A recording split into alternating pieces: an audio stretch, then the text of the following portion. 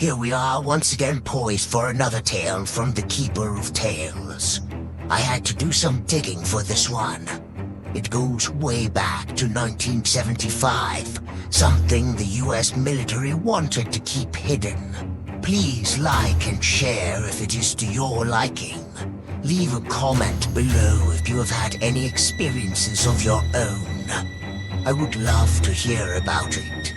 For now, sit back, relax, and enjoy this tale of loss, heroism, and beginnings.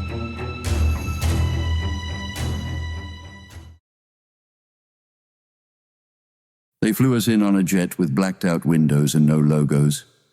No one said where we were. Not much was said other than, "Would you be interested in joining our division? If so, report to Granger Airfield at 0800 hours." That's what the email said. No name, no signature, just a place and time. I remember stepping off onto a landing strip carved into the side of a mountain. Fog everywhere. Cold, wet concrete under my boots and nothing but military structure in sight. But no flags, no insignias, no welcome to base, whatever. Just steel, silence, and a dozen other men with puzzled looks on their faces. I was used to the level of secrecy the military inherently has, but this was on another level. A corporal with a clipboard and no name tag walked us into a building, then into a room, stripped down to its bones.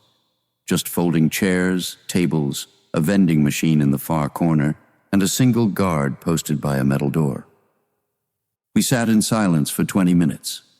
Some of the guys looked like Tier 1 operators. Square jaws, steady hands. Others, not so much. One guy couldn't stop bouncing his knee. Another stared straight ahead like he was already somewhere else. It wasn't all men either. There were a few women scattered about, but these weren't your average soccer moms. They were just as hardened as the men. Then they passed out the paperwork, NDAs, just one page. No eye contact, just a manila folder dropped in front of us. Read it, sign it, no questions. It was simple and to the point. You talk, you go missing. No one finds you. After that, they took our phones, watches, anything digital. One by one, they led us through that steel door with the guard, no words, just a nod. When it was my turn, the guard didn't even look at me. Just opened the door and motioned forward.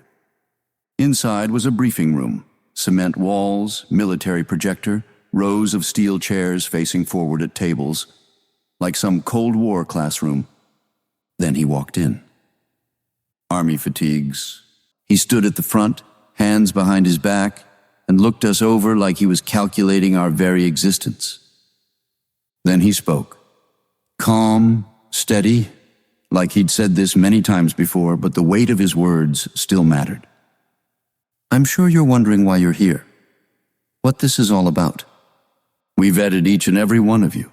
We know your record. We know your potential. You weren't selected by chance. You all signed the NDAs, so let me be clear. What you're about to see isn't classified. It's erased. Officially, it never happened. After you've seen it, you'll have two choices. You can walk, no shame, no follow-up, no record you were ever here. Or you're in. And from that point on, you'll be given 2 weeks to square away your personal life and report back for training. And with that, the room darkened. A soldier stepped forward and hit the projector switch, and the screen flickered to life. On the screen in front of me in bold was Tucker County Incident, 1975. Debriefing.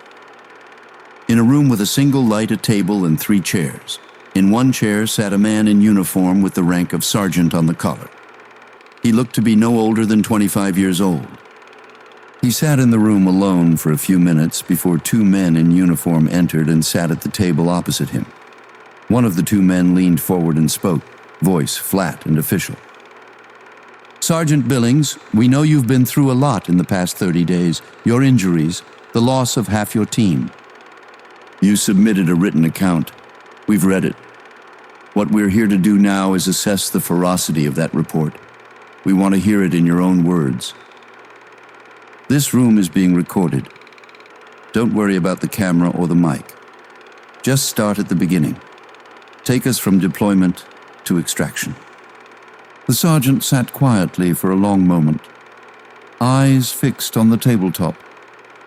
He didn't look scared. He looked tired, like life had dealt him a weak hand that he had to play. His eyes darted around the room, then he looked directly into the camera.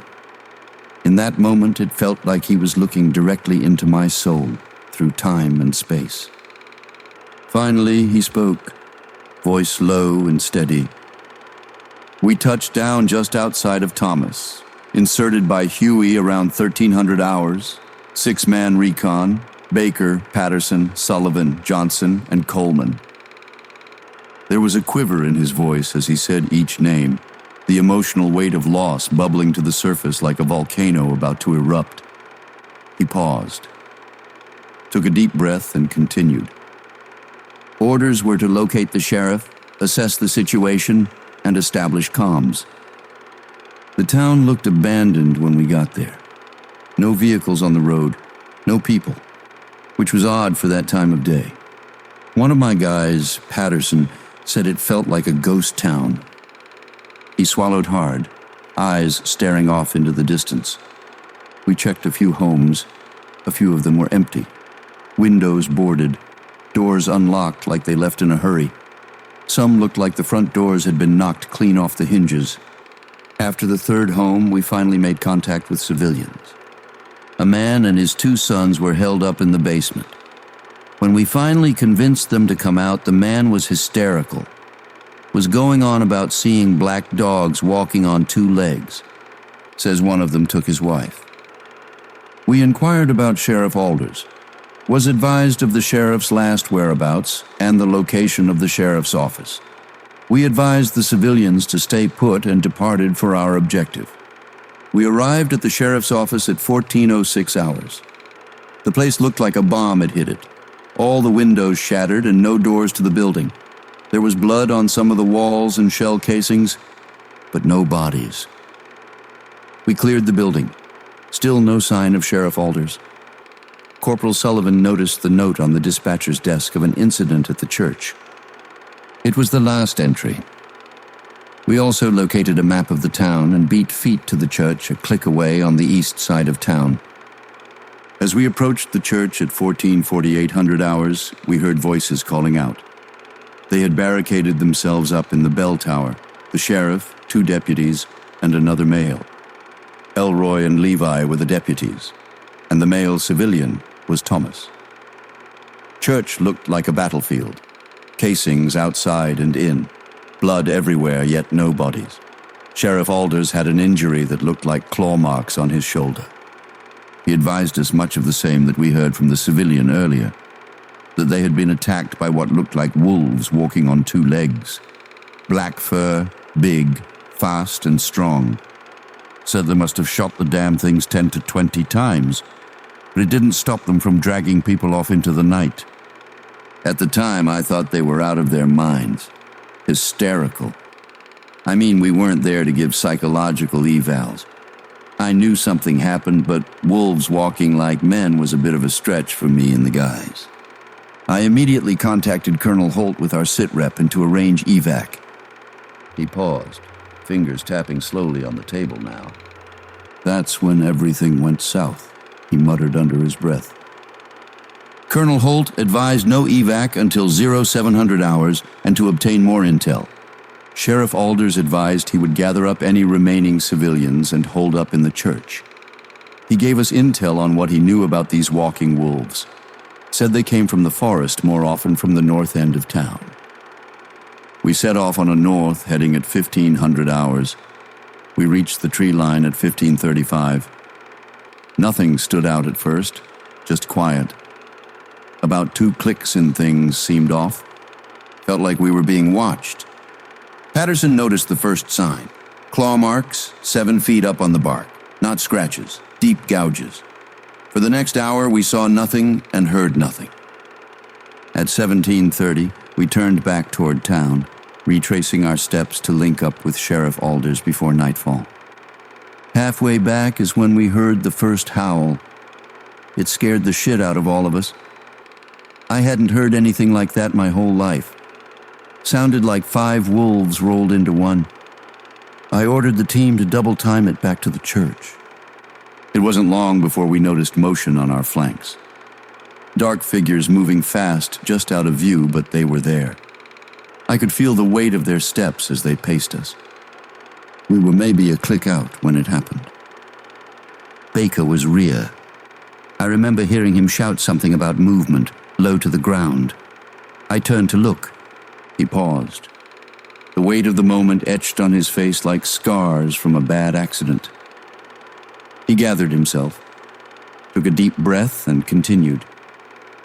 He was gone. No scream, no struggle. Just the brush exploding behind us and his rifle clattering against the rocks. 1 second he was there, the next there was nothing but churned dirt and blood. Coleman spun and fired 3 rounds into the woods, shouting Baker's name. That's when I saw it. It came bursting out from the tree line. It was fast. I only saw it for a second. Black fur, tall, with eyes like yellow embers. It was on Coleman before I could react. Damn thing hit him like a linebacker, slammed him into a tree so hard his helmet snapped clean off. I thought he was dead. Johnson and I lit the thing up. We each dumped half a magazine. Center mass. It didn't matter.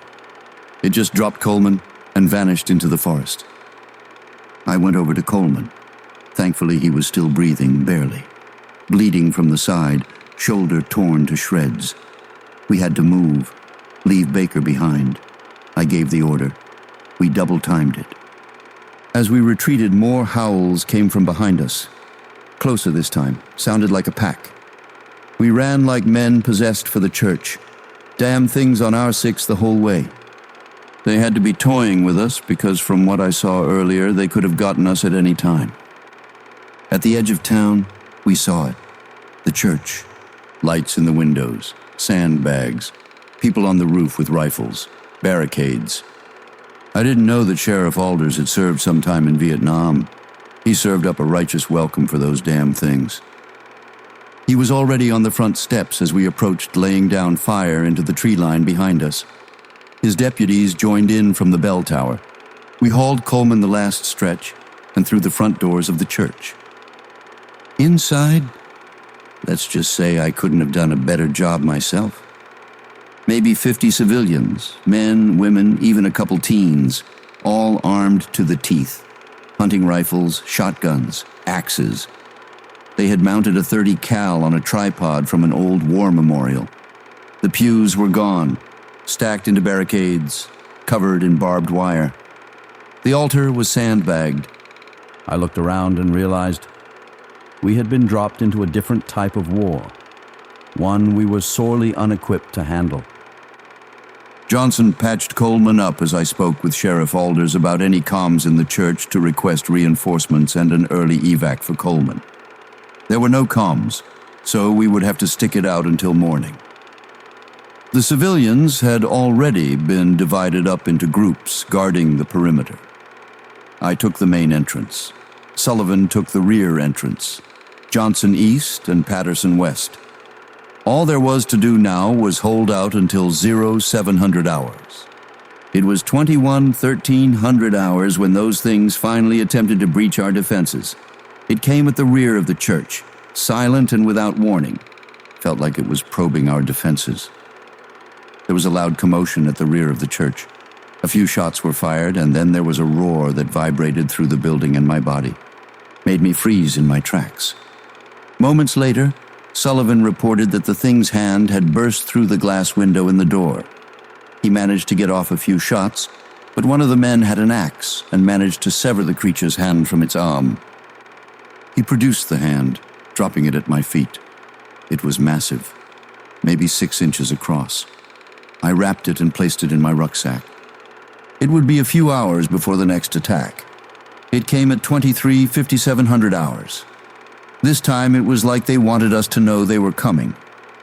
You could hear them yipping like dogs and howling outside the church off in the tree line.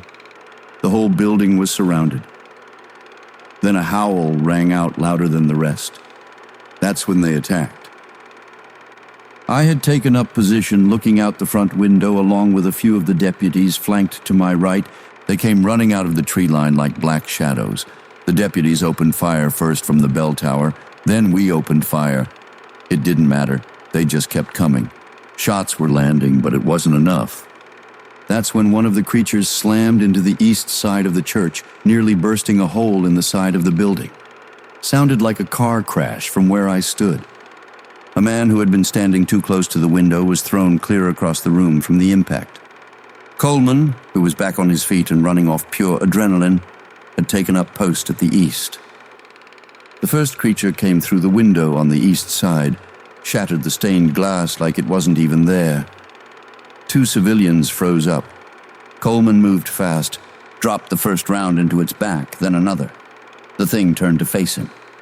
I opened fire also. That's when it went for Coleman in a blur.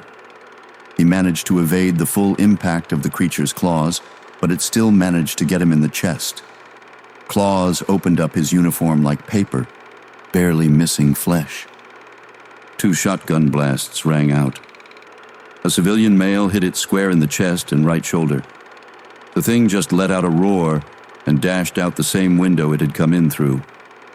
Shots rang out from every direction, but it slowly tapered off. The roar of the one getting injured seemed to call a retreat. We assessed the damage and did what we could to board the breach on our east side. There was talk of moving the .30 caliber, but we thought it best to save it as a last resort, should we get overwhelmed. The final attack came at 03:2900 hours. It would prove to be our most costly. He paused, wringing his hands together as he stared down at the table in front of him. I could see the tears welling up in his eyes as he spoke. A roar, different from the ones before, sounded from the tree line. I ran over and looked out the window. It came walking out like it was introducing itself. The damn thing was massive. Had to be 8 feet tall. Jet black fur. Muscular. Easily bigger than the others we had encountered. Then it came. It was like slow motion at first, but it was fast. It hit the door with such force the building shook. The framing on the door began to give way. There wasn't much we could do to stop it. Our rounds had no effect on it. We might as well have been shooting it with BB guns. It tore through the door like paper. It was a clusterfuck at that point. Civilians running for their lives, and those that still had it in them to fight were firing shot after shot. 2 more of the creatures came in behind it. One of them went for a woman who was cowering in the corner with a rifle in hand. Coleman dashed between it and the woman. He managed to get off 2 shots from his Colt, point blank into the creature's chest. The thing tackled him through the pews. I didn't even get a shot off before it was dragging him out the same damn way it came in. That's when Sullivan came running with shotgun in hand, no hesitation, pumping shot after shot into the big one until it was empty. Sullivan threw the shotgun at it, pulled a grenade, and ran straight for it. It grabbed him, lifted him clean off the ground like a doll. And that's when Sullivan laughed. Just laughed. Then he looked at me and said, "It's been a blast, Sarge." Then pulled the pin. The blast was deafening. Took out the Alpha, blew out the vestibule, sent bone and drywall everywhere. Johnson managed to get on the .30 cal. These were the only rounds that hurt those things and kept us from being overrun. We lost Sullivan, but we didn't lose the church. After that, they pulled back. Don't know why. Regrouping. Maybe licking wounds. Maybe because their leader was gone and they were waiting for orders that wouldn't come. All I knew was we were alive. For now. And the night wasn't over yet. No other attack came that night. I guess we both had lost a lot. We gathered our dead, did what we could for the wounded, posted watch in case they came back. But they didn't. As morning came and 0700 hours approached, I heard the sound of choppers cutting through the sky. Reinforcements on time, for once. Outside, there was no trace of what we fought. No blood, no fur. Even the pieces of the Alpha, gone, taken. But I still had the hand, the one from earlier. I turned it in with my report. That's everything. The camera clicked off. Static hummed for a second before the screen went black. The lights came back up in the room. No one said anything. But I saw it on every face in that room. Shock, awe, fear, maybe even disbelief trying to hang on. That silence didn't last long. The same captain from before, the one with no name, stepped back in through the side door. He looked at us, then said, calm as anything, "Now that you've seen this, to wipe away any doubts you might have had, this is not a joke. This is real. This will be the most dangerous assignment you will ever have. The pay is good, but the life expectancy is low." He glanced at the door, then back at us. "Those of you who want out, stand and exit the room. We'll get you back to your lives. No questions asked. Those who are in, stay seated." I sat there for a moment, still processing what I'd seen. Baker, Coleman, Sullivan, that roar, the Alpha, the church walls coming down around them. I could hear the sound of chairs scraping back, boots walking toward the exit. In that moment I knew I didn't want to forget. I didn't want to walk away. I wanted to know more, see more. When I finally looked up, what was once a room full of badasses, all posturing and stone-faced, was now 12. 12 men and women still seated. And I was one of them. The captain gave a slow nod, clearly sizing up what was left of us. Then he said, almost with a grin, "Well, this is more than we expected." He looked each of us in the eye, like he was committing our faces to memory. "Welcome to Division Night, son." He clapped his hands once. "Now let's get you all squared away." Division Night, son. The new recruits, low life expectancies. I wonder if there is more to be found out about this division and the men and women that serve under it. Comment below if you will join or pass on the offer. If you liked this tale, please be sure to like and subscribe to be sure you never miss another. Thank you for listening, and as always, should you find yourself lost along your travels, let our light be your guide.